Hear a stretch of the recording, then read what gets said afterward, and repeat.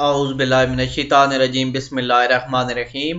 प्यारे स्टूडेंट्स, बहन भाइयों, अस्सलामु अलैकुम। आप देख रहे हैं तौकीफ साइंस एकेडमी और मैं आपको समझाना चाहता हूँ आज दरख्वास्त का तरीका, क्योंकि दरख्वास्त भी आती है और इससे अच्छे से नंबर लेने हैं आपने। ये छोटे छोटे नंबर ही आपको आगे ले जाते हैं।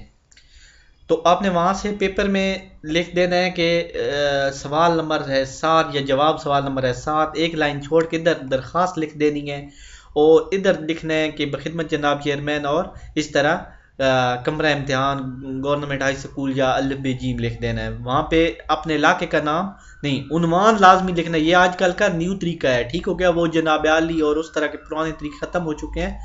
इधर पहले उन्वान आता है, ठीक हो, ये लिख के और बखिदमत से आगे उन्वान आता है दरख्वास्त बराए सफाई महल्ला, यानी महल्ले की सफाई के लिए। और इधर जनाब आली लिख के ये लाजमी साथ इस्तिजाबी इलामत डालनी है। फिर एक लाइन छोड़ के कोशिश करें आप यहाँ से शुरू करें, ठीक हो गया। ये थोड़ा यहाँ पे लिखने, नहायत अदब से गुजारिश है 1 से 1.5 सफ़ात में आपने लाजमी लिखनी है, ठीक हो गया। 9-10 के बच्चे जो हैं वो एक सफ़ा भी लिख दें तो अच्छा है, लेकिन जो है फर्स्ट ईयर और सेकंड ईयर के बच्चे वो 1 से 1.5 सफ़ात में लाजमी लिखें।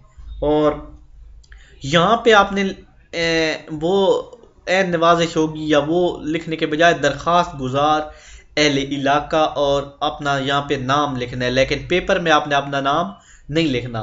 इधर अलिफ बे जीम लिख दे और यहाँ पे आपने डेट लाजमी मेंशन करनी है। इसी वीडियो के साथ मैं इजाज़त चाहता हूँ। अल्लाह हाफ़िज़। उम्मीद है मेरी वीडियो आपको बेसिक, आपको एक चीज़ समझानी थी वो समझ आ गई होगी।